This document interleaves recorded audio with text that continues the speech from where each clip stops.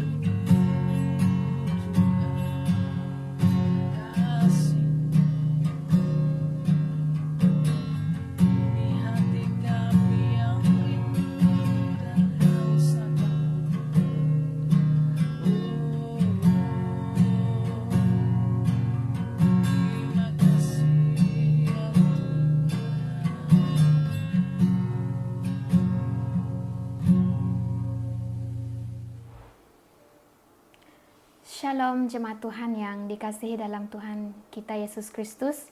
Bersyukur kita dapat hadir dalam ibadah kali ini dan belajar sekali lagi dalam renungan firman Tuhan yang akan kita belajar bersama selepas ini, yaitu di dalam Roma 7 ayat 14 sehingga 25.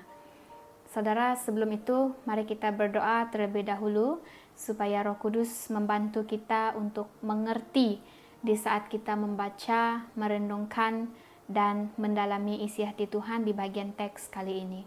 Mari kita berdoa bersama. Bapa kami di surga, kami bersyukur karena kami dapat bersama-sama belajar sekali lagi di dalam firman-Mu ataupun renungan firman-Mu pada malam hari ini. Kami berdoa biarlah Roh Kudus-Mu terus memimpin kami dari awal hingga selesai pembacaan kami, bahkan di dalam pengertian akan firman-Mu ya Tuhan yang akan kami belajar selepas ini. Terima kasih ya Bapa, ini doa kami. Di dalam nama Yesus kami sudah berdoa dan mengucapkan syukur. Amin. Saudara yang saya kasihi dalam Tuhan Yesus Kristus, pada minggu sebelum kita sudah pelajari di dalam Roma, dalam pasal 7 ayat 1 sehingga 13.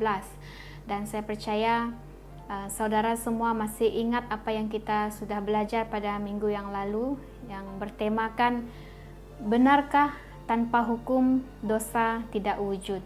Itu adalah tema yang kita sudah pelajari pada minggu sebelumnya, yaitu benarkah tanpa hukum dosa tidak wujud.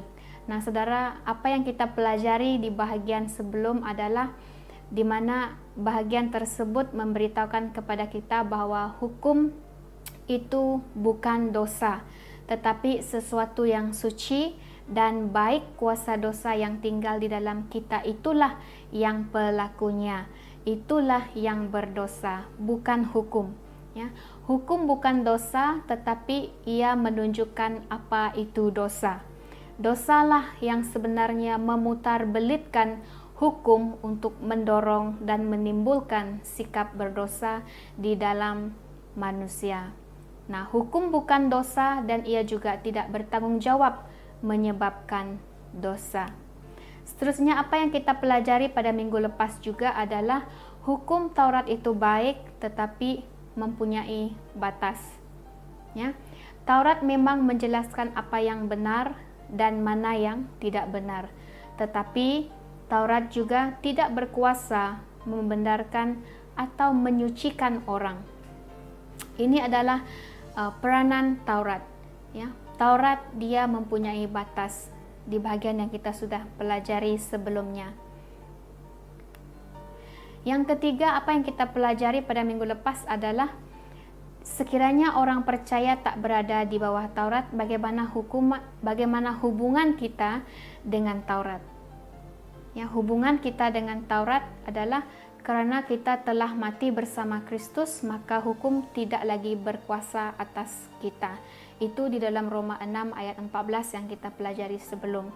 Jadi kita tidak harus lagi hidup sesuai Taurat, melainkan berdasarkan kasih karunia Allah dan dengan pengucapan syukur akan kebaikan Allah. Nah, itu yang kita pelajari pada minggu lepas saudara di bahagian teks yang sebelum.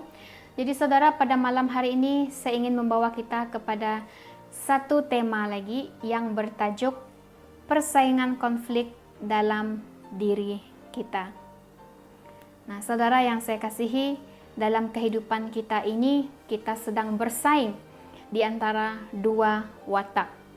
Ya, sebab itu saya membawa tema ini persaingan konflik dalam diri kita. Ya, di dalam tema ini kita boleh lihat di dalam ayat 14 sehingga 25 yang akan kita pelajari dan kita akan kupas bersama pada malam hari ini untuk kita mengerti apa yang kita sedang bersaing, apa pertarungan yang sedang terjadi di dalam kehidupan kita manusia setiap hari ataupun setiap saat. Saudara yang saya kasihi dalam Tuhan Yesus Kristus, teks ini sedang menghuraikan keadaan orang percaya mengenai kehidupan orang Kristen sebagai manusia yang lemah dalam kehidupan sehari-hari sehingga kita tidak dapat melakukan yang benar. Saya mengajak kita melihat di dalam sebuah ayat firman Tuhan yang terdapat di dalam Galatia 5 ayat 17, di mana dia katakan, karena keinginan tabii manusia menentang roh dan roh menentang keinginan tabii manusia. Kedua-duanya berlawanan, supaya kamu tidak melakukan apa yang hendak kamu lakukan. Nah, di bagian ini juga saudara juga menggambarkan pengalaman Paulus pada waktu dia sudah percaya tetapi tidak hidup menurut Roh Allah. Saudara, Paulus di sini dia sudah lahir baru, ya, sehingga manusia batin ataupun akal budinya merindukan apa yang benar. Tetapi dia tidak dapat memperoleh kemenangan atas dagingnya karena hubungan atau persekutuannya dengan Roh Allah terganggu. Nah, oleh kerana dia tidak punya persekutuan dengan Roh Allah, dia harus ikut mengalami murka Allah. Dalam Roma pasal 1 yang kita pelajari sebelum ini, di sana kita dapat melihat apa yang Allah murka. Ya. Nah, murka Allah dalam pasal 1 bukan murka yang kekal, bukan murka bersifat kekal, tetapi murka itu merupakan sikap Allah terhadap dosa orang pada zaman ini ataupun dalam hidup ini. Dalam pasal 7 yang kita akan belajar bersama selepas ini daripada ayat 14 sehingga 25, ini menggambarkan suatu penderitaan orang percaya. Penderitaan kamu dan saya yang hidup kita ini belum dibereskan oleh Roh Allah. Ya. Paulus memang menggunakan sebutan aku di sana, di dalam bagian firman Tuhan ini. Ya, dia menggunakan perkataan aku ataupun sebutan aku, yaitu diri dia sendiri dalam ayat ini, seolah-olah dia memberitahu tentang diri dia sendiri ataupun pengalaman diri dia sendiri di dalam sebagai manusia yang sudah lahir baru. Tetapi itu dipakainya bukan karena dia sedang menempatkan diri di dalam pengalaman rohaninya, tetapi karena dia sedang menempatkan diri di dalam pengalaman banyak orang Kristen yang ingin dibimbingnya untuk lepas daripada penderitaan ini. Nah, saudara, banyak orang Kristen yang sudah lahir baru, mereka suka akan hukum Allah, tetapi masih terus-menerus kalah melawan dosa. Bahkan kita manusia ini sepertinya terjual kembali di bawah kuasa dosa. Padahal Yesus Kristus datang ke dunia ini sudah melunaskan semuanya untuk kita bebas daripada kuasa hukum. Tetapi oleh karena banyak orang Kristen yang sudah lahir baru, ya, yang sudah mengenal Yesus Kristus, dibaptiskan, kita memang sudah mulai menyukai hukum Allah. Kita sudah mulai mentaati hukum Allah itu. Tetapi masih juga kita terus-menerus kalah dengan melawan dosa. Bahkan terjual semula di bawah kuasa dosa. Artinya di sini saudara, Paulus sedang bercakap tentang Kristen yang sudah diperbaharui Kristus, tetapi kurang menyadari dan bertindak konsisten dengan kebenaran anugerah Injil Kristus itu. Saudara yang saya kasihi, maksud Tuhan menebus kita bukan supaya kita sekadar diampuni, tetapi apabila kita jatuh bangun di dalam dosa selepas itu nanti.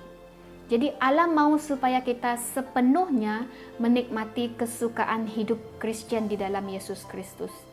Ya, bukan seperti Kristen yang masih sebahagian yang berprinsip Taurat dalam keadaan perbudakan, tetapi Allah mau kita terus merdeka dan terus bebas penuh di dalam Kristus itu. Itulah maksud Tuhan menebus kita. Nah, dalam bahagian ini juga saudara, saya ingin memberitahukan kepada kita bahwa dalam bahagian ini sedang menjelaskan kepada kita tentang masalah yang dihadapi orang Kristen, bahwa dalam kita ini ada dua watak ataupun ada dua sifat yang sedang bersaing, yang sedang bertarung di dalam kehidupan kita, yaitu manusia lama kita dan manusia kita setelah kita lahir baru dalam Yesus Kristus. Nah, dua watak ataupun dua sifat ini sedang berperang di dalam diri kita. Dan ini adalah satu peperangan yang harus kita lalui setiap hari, setiap saat di dalam kita sudah dilahirkan baru di dalam Kristus. Jadi walaupun manusia baru memiliki kerinduan untuk hidup melayani Allah, apabila kita manusia baru kita ini sudah mau ataupun mengingini ataupun merindukan untuk hidup melayani Allah, manusia lama kita akan selalu bersaing ataupun berupaya untuk mendominasikan ataupun menguasai diri kita supaya kepentingan diri manusia kita yang terlaksana, tetapi bukan kehendak Allah yang terlaksana dalam diri manusia. Nah, jadi akibat dia di sini saudara, manusia tidak dapat melakukan apa yang benar yang seharusnya dia lakukan. Inilah sifat manusia berdosa yang mempengaruhi orang percaya untuk melakukan apa yang dia tahu dilarang. Jadi maksudnya di sini saudara, manusia tahu apa yang sebenarnya terlarang di dalam hukum. Sebenarnya dia tidak mau melakukan perkara yang dilarang di dalam hukum, tetapi oleh karena sifat manusia yang manusia berdosa yang di dalam diri kita, itulah yang mempengaruhi kita untuk tidak mampu ataupun tidak dapat melakukan kehendak Roh Allah yang ada di dalam diri kita. Nah, saudara, mari kita belajar bersama dalam ayat 14 sehingga 25. Jadi, bagaimana menyelesaikan konflik yang dialami oleh manusia baru kita setelah lahir baru. Saya ulangi sekali lagi, bagaimana menyelesaikan konflik yang dialami oleh manusia baru kita setelah kita dilahirkan baru di dalam Kristus. Saya percaya kita sedang bergelut di dalam dua pertarungan ini. Bergelut di dalam dua sifat ataupun dua watak yang ada di dalam diri kita sekarang ini, antara sifat tabi'i dosa kita dan sifat Roh Allah yang ada di dalam diri kita pada masa yang sama, dalam kita mahu melakukan kehendak Allah. Nah, saudara, mari kita baca bersama-sama di dalam ayat 14 sehingga 25. Mari kita baca bersama. Kita tahu bahwa hukum bersifat rohani, tetapi aku tidak bersifat rohani. Aku telah dijual sebagai hamba kepada dosa. Aku tidak mengerti apa yang kulakukan. Apa yang ku kehendaki tidak kulakukan. Sebaliknya, aku melakukan apa yang ku benci. Ayat 16. Dan jika aku melakukan apa yang tidak mahu kulakukan, aku setuju bahwa hukum itu baik. Nyatalah bahwa bukan aku yang melakukannya, tetapi dosa yang hidup dalam diriku. Ayat 18. Aku tahu bahwa tidak ada sesuatu yang baik dalam diriku, yaitu dalam sifat tabi'iku yang berdosa. Kerana aku hendak melakukan apa yang baik, tetapi aku tidak mampu melaksanakannya. 19. Kerana yang kulakukan bukanlah kebaikan yang hendak kulakukan. Tidak, kejahatan yang hendak kulakukan. Itulah yang kulakukan terus-menerus. Jika aku melakukan sesuatu yang tidak ingin kulakukan, bukanlah lagi aku yang melakukannya, tetapi dosa yang hidup dalam dirikulah yang melakukan. Oleh itu, aku mendapati hukum ini berlangsung. apabila aku hendak melakukan kebaikan, kejahatan bertapak di sisiku. Kerana dalam jiwaku, aku suka akan hukum Allah, tetapi aku melihat hukum lain bertindak dalam anggota-anggota tubuhku, memerangi hukum jiwaku, dan membuat aku terpenjara dalam hukum dosa yang bertindak dalam anggota-anggota tubuhku. Yang ke-24, alangkah sengsaranya aku. Siapa yang akan menyelamatkan aku daripada tubuh kematian ini? Yang terakhir 25, syukur kepada Allah melalui Yesus Kristus Tuhan kita. Oleh itu, dalam jiwaku aku mengabdi kepada hukum Allah, tetapi dalam sifat tabi'i yang berdosa, aku mengabdi kepada hukum dosa. Nah, saudara yang saya kasihi dalam Tuhan Yesus Kristus, di dalam bahagian ayat 14 sehingga 15 di sini menyatakan apa alasan mengapa Paulus tidak mengerti akan perbuatannya. Ya, alasan mengapa Paulus tidak mengerti akan perbuatannya. Kalau kita lihat di dalam ayat 14 sehingga 15 tadi, dia mengatakan, kita tahu bahwa hukum bersifat rohani, tetapi aku tidak bersifat rohani. Aku telah dijual sebagai hamba kepada dosa. Aku tidak mengerti apa yang kulakukan. Apa yang kukehendaki, tidak kulakukan. Sebaliknya aku melakukan apa yang kubenci.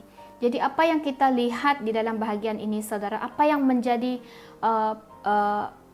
satu pertanyaan yang membuat Paulus tidak mengerti akan perbuatannya yang dia buat. Ya, di dalam bahagian 14 hingga 15 ini menjelaskan bahwa masalah ada pada diri dia sendiri. Ya, yang dimana dia dikawal ataupun di bawah kawalan dosa. Itu yang pertama. Dan yang kedua, perbuatan sendiri yang mengelirukan. Jadi di bagian ini, saudara, Paulus dapati walaupun dia ingin melakukan apa yang benar, dia tidak melakukannya. Sebaliknya, dia melakukan apa yang dibencinya dan yang tidak mahu dilakukannya.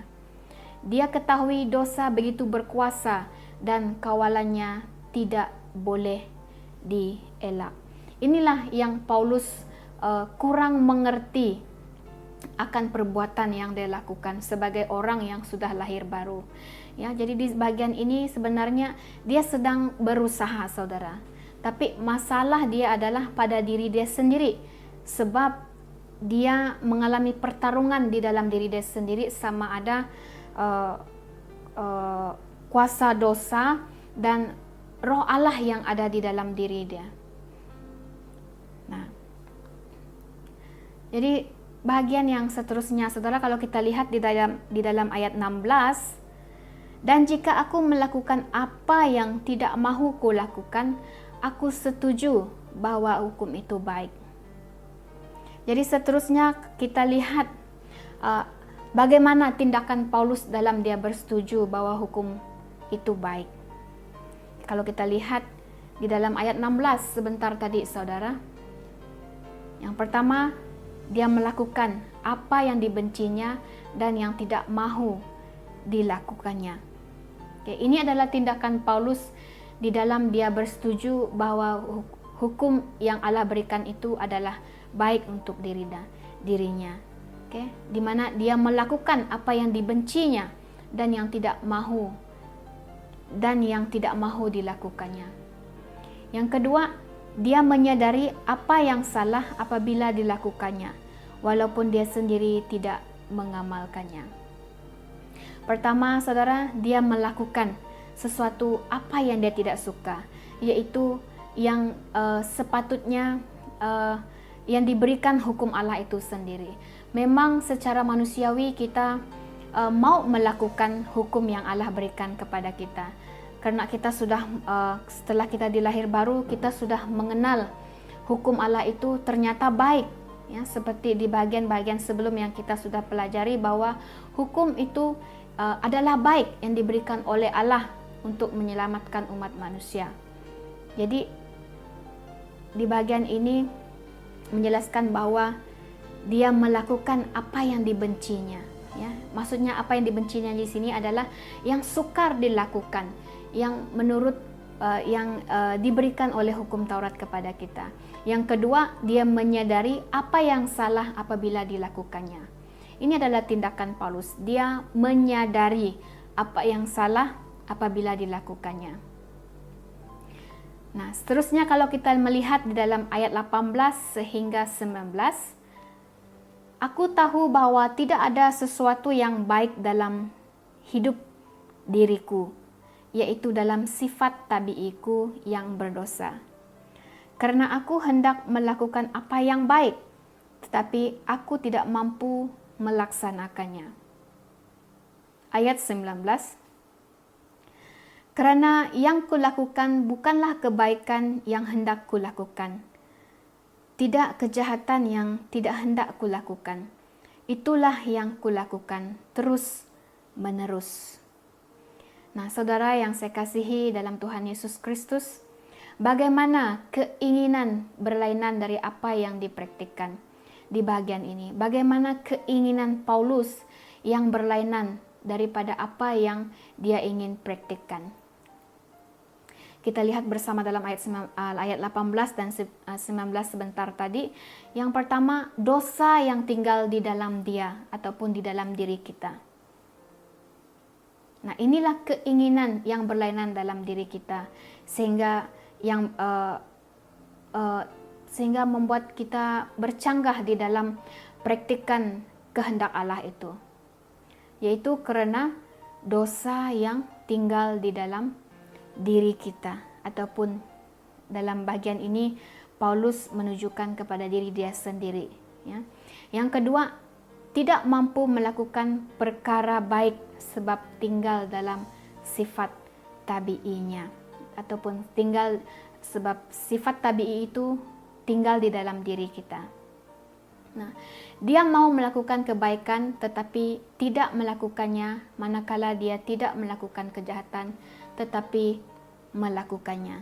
Nah, bagian ini saudara di dalam ayat 18 hingga 19 ini menyatakan bahwa Paulus sedang bergelut, ya, di mana hal yang sepatutnya dia lakukan menurut kehendak roh, dia sebenarnya mau melakukannya, tetapi pada akhirnya perbuatan yang jahatlah yang dia lakukan, yang bercanggah kepada kehendak Allah itu. Nah, inilah keinginan yang berlainan daripada apa yang kita sepatutnya praktikkan di dalam ayat 18 hingga 19 ini jelaskan kepada kita. Kalau kita lihat seterusnya di dalam mengapa Paulus tidak dapat berbuat baik, malah melakukan yang dibencinya atau tidak mahu dilakukannya, kita melihat semula daripada ayat 17 sehingga 20, dan inilah satu pergelutan Paulus lagi, yaitu mengapa Paulus tidak dapat berbuat baik, malah melakukan apa yang dibencinya atau yang dia tidak mahu lakukan, karena dia sedar itu satu dosa, tetapi itu pula yang dia cenderung lakukan di dalam diri dia. Mari kita lihat dalam ayat 17 sehingga ayat 20. Nyatalah bahwa bukan aku yang melakukannya, tetapi dosa yang hidup dalam diriku. Aku tahu bahwa tidak ada sesuatu yang baik dalam diriku, yaitu dalam sifat tabiiku yang berdosa. Karena aku hendak melakukan apa yang baik, tetapi aku tidak mampu melaksanakannya. Ayat 19. Karena yang kulakukan bukanlah kebaikan yang hendak kulakukan. Tidak. Kejahatan yang tidak hendak aku lakukan, itulah yang kulakukan terus-menerus. Dan ayat ke-20, jika aku melakukan sesuatu yang tidak ingin kulakukan, bukanlah lagi aku yang melakukannya, tetapi dosa yang hidup dalam dirikulah yang melakukannya. Jadi seterusnya kita melihat mengapa Paulus tidak dapat berbuat baik, malah melakukan yang dibencinya atau tidak mahu dilakukannya. Kerana dosa tinggal di dalam dia dan mengawalnya sebagai hamba. Jadi inilah yang menyebabkan Paulus tidak dapat berbuat baik, saudara. Inilah yang menyebabkan Paulus tak dapat berbuat baik, malah melakukan apa yang dibencinya atau tidak mahu dilakukannya. Yaitu yang pertama yang kita lihat di sini di bahagian ini adalah karena dosa tinggal di dalam dia dan mengawalnya sebagai hamba. Jadi tiada kebaikan yang tinggal dalam sifat tabi'i ini. Karena walaupun dia ingin melakukan apa yang baik, dia tidak mampu melakukannya. Manakala apa yang tidak mahu dia lakukan, oleh karena dia sedar itu dosa, malah itu yang dilakukannya. Jadi saudara yang saya kasihi, memandangkan sebenarnya dia menentang kesalahan yang dilakukannya itu bukan dia, tetapi dosa yang tinggal di dalam dirinya yang bertanggung jawab atas perbuatannya itu. Nah, saudara yang saya kasihi, Paulus tidak menyatakan bahwa tubuh jasmani kita ini yang jahat, tetapi tubuh ini sebagai medan pertempuran antara sifat kejatuhan dosa kita dan roh Allah di dalam diri kita ini. Jadi tubuh jasmaniah ini ataupun fisikal kita ini sebenarnya Paulus tidak menyatakan bahwa daging kita ini, tubuh kita ini adalah sesuatu yang jahat, tetapi tubuh ini adalah sebagai satu medan pertempuran di antara sifat tabi'i dan kehendak roh Allah yang ada di dalam diri kita. Nah, jadi bukan orang Yahudi saja cenderung menyalahkan hal jasmani untuk masalah kerohanian mereka. Ianya berlaku kepada kita sekarang, di mana kita menyalahkan tubuh jasmani kita ini, atau dengan kata lain kita menyalahkan kedagingan kita ini ataupun tubuh kita ini yang punca masalah kerohanian kita. Nah, di sini juga manusia cenderung menyalahkan iblis karena masalah dosa mereka. Saudara yang saya kasihi, kita punya pilihan, kita punya option. Ya. Dosa memang selalu mencoba kita, tetapi pilihan ada dalam tangan kita, sama ada kita pilih iya untuk mengikuti ataupun tidak untuk mengikuti. Nah, Tuhan sudah memberi kita pilihan, dan pilihan itu terletak kepada diri kita sendiri. Nah, kalau kita melihat di dalam ayat seterusnya, mengapa Paulus merasa sengsara? Ya, di dalam ayat 24 dikatakan, alangkah sengsaranya aku, siapa akan menyelamatkan aku daripada tubuh kematian ini? Ya. Mengapa Paulus merasa sengsara di bagian ini, saudara? Karena dia mahu dibebaskan daripada dosa yang menawannya dan kematian yang dibawa oleh dosa. Nah, di dalam bahagian ini, saudara, Paulus merasa sesuatu yang sedang mengikat dia.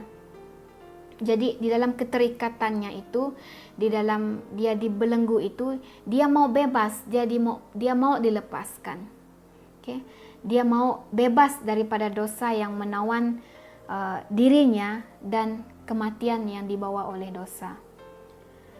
Seterusnya, saudara, kita lihat di dalam ayat yang terakhir. Di dalam ayat 25 katakan, syukur kepada Allah melalui Yesus Kristus, Tuhan kita. Oleh itu, dalam jiwaku aku mengabdi kepada hukum Allah, tetapi dalam sifat tabi'i yang berdosa, aku mengabdi kepada hukum dosa. Jadi di bahagian ini, saudara, siapa yang boleh menyelesaikan masalah Paulus di bahagian ini? Ataupun sekaligus siapa yang boleh menyelesaikan masalah kita di dalam kita berperang di antara sifat tabi'i manusia berdosa kita dan sifat kehendak roh Allah yang ada di dalam kita. Mari kita lihat bersama di dalam ayat 25 ini, yaitu melalui Yesus Kristus yang boleh menyelamatkan. Sebab itu di bahagian ini Paulus sedang menyatakan ucapan syukur dia kepada Allah, di mana dia ketahui bahwa siapa yang boleh menyelesaikan masalah dia di bagian ini adalah melalui Yesus Kristus yang menyelamatkan diri dia, di mana kita mengundang dan membiarkan Roh Allah menuntun hidup kita menurut kehendaknya dan kebenarannya. Nah, saudara, sebagai kesimpulan bahagian firman Tuhan yang kita pelajari daripada ayat 14 sehingga 25 sekarang ini, bagaimana kita bersaing dengan dua sifat dalam diri kita sebagai orang Kristen yang telah lahir baru ini. Ya, saudara, memang tak dapat dinafikan apabila kita sudah dilahirkan baru, tidak bermakna kita sudah lepas daripada melawan sifat ataupun watak yang bertentangan di dalam diri kita, yang sedang melawan kehendak Roh Allah di dalam diri kita, yang ada di dalam diri kita. Jadi selagi kita belum mati, selagi kita masih hidup di dalam dunia ini, kita sedang bergelut, kita sedang berperang, dan sentiasa berperang setiap saat, setiap hari, dan hari-hari yang berikutnya. Ya, jadi bagaimana kita bersaing dengan dua sifat dalam diri kita sebagai orang Kristen yang telah lahir baru ini? Mari saya mengajak kita melihat kesimpulan yang kita akan pelajari pada malam hari ini, yaitu manusia memerlukan Yesus dan kelepasan hanya dapat di dalam Dia. Nah, saudara yang saya kasihi, Paulus menyatakan di bahagian ini bahwa hanya Yesuslah yang dapat memberikan kelepasan kepada kita di dalam pergelutan kita ini, di dalam peperangan ini. Ya. Yesus datang ke dunia ini dan mati bukan untuk memberikan peraturan yang lebih banyak dan lebih baik. Yesus ingin orang percaya hidup dalam kemenangan atas dosa, kebencian, kematian, dan atas segala kejahatan saat kita menyerahkan hidup kita pada Yesus. Nah, sebab itu di bahagian teks ini Paulus berseru mengucap syukur kepada Allah yang telah menyelamatkannya melalui Yesus Kristus. Saudara, ada 4 perkara sebagai kesimpulan yang kita akan pelajari bersama di bagian ini. Yang pertama, saya mengajak kita ataupun Paulus mengajak kita di bahagian ini untuk lawanlah kedagingan kita. Pergumulan melawan kedagingan merupakan tanda pertumbuhan menuju kedewasaan rohani. Saudara, mereka yang tidak bergumul berarti tidak bertumbuh. Artinya masih tetap manusia lama yang hanyut terbawa arus zaman ini. Kita pasti tidak mau yang seperti itu. Sebab itu, mintalah Tuhan menguatkan kamu. Yang kedua, ambillah keputusan untuk tidak kembali kepada kehidupan yang lama yang bergelimang dosa. Itu yang kedua. Jadi bagaimana dengan kita, saudara? Ya. Yang ketiga, menerima anugerah Yesus. Saudara yang saya kasihi, bagaimana dengan kita? Kita adalah orang-orang yang tidak taat kepada Tuhan. Memang ketika kita bersalah, kita mengaku dan menyesal. Tetapi penyesalan itu hanya sementara. Mungkin di kemudian hari ataupun selepas ini ataupun esok kita kembali kepada kehidupan yang lama. Tetapi oleh anugerah Yesus kita beroleh pengampunan dan kelepasan dari perbudakan dosa yang ada di dalam diri kita. Yang terakhir, saudara, mari kita berkomitmen seperti Paulus. Ya. Dengan tidak lagi memberi kesempatan untuk hidup lama menguasai dirinya, ya. Dengan tidak memberi kesempatan untuk hidup lama kita berkuasa lagi atas hidup baru kita ini, atas pemberian kasih karunia Allah kepada kita. Ya. Yang pertama, kita melawan kedagingan kita. Yang kedua, mari kita ambil keputusan untuk tidak kembali kepada kehidupan lama yang bergelimang dengan dosa. Yang ketiga, marilah kita menerima anugerah Yesus yang telah Yesus berikan kepada kita secara percuma. Dan yang keempat, marilah kita berkomitmen seperti Paulus untuk tidak kembali lagi kepada kehidupan lama. Jadi saudara, saya mengajak kita merenung bersama. Apakah jenis persaingan yang kamu hadapi dengan dosa dalam hidup kamu? Ya, saya percaya setiap pribadi kita, kamu yang mendengar firman Tuhan pada malam hari ini, tahu apa jenis persaingan yang kamu hadapi dengan dosa dalam hidup kamu pada saat hari ini. Apakah jenis persaingan itu?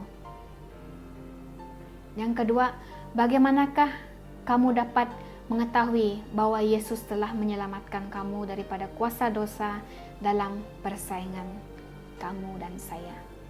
Jadi saudara, saya mengajak kita berdoa kepada Tuhan Yesus untuk menolong pribadi kita. Ya, Tuhan memberkati. Mari kita berdoa bersama. Bapa kami di surga, terima kasih karena Engkau telah menyertai kami di dalam sesi pembelajaran firman-Mu yang terdapat daripada Roma 7 ayat 14 hingga 25 ini. Kami percaya ya Bapa, Tuhan Engkau memberi kami pemahaman yang baik melalui Roh Kudus-Mu ya Tuhan Yesus. Terus pimpin kehidupan kami ya Bapa, di dalam kami sentiasa bertarung kepada sifat tabii manusia kami ini ya Bapa, supaya biarlah kehendak Roh Allah yang terjadi dalam kehidupan kami, yang kami dapat praktikkan dalam kehidupan kami sehari-hari. Terima kasih ya Bapa, ini doa hamba, di dalam nama Yesus hamba-Mu sudah berdoa. Amin. Haleluya, haleluya. Puji Tuhan. Saya harap setiap kita diberkati oleh Tuhan lewat ibadah kita pada hari ini. Nah, jangan lupa untuk bersama-sama pada minggu hadapan jam 8 malam pada hari Jumat. Dan jangan lupa untuk subscribe, untuk notification, dan like ataupun share. Terima kasih, Tuhan memberkati Anda semua. Amin.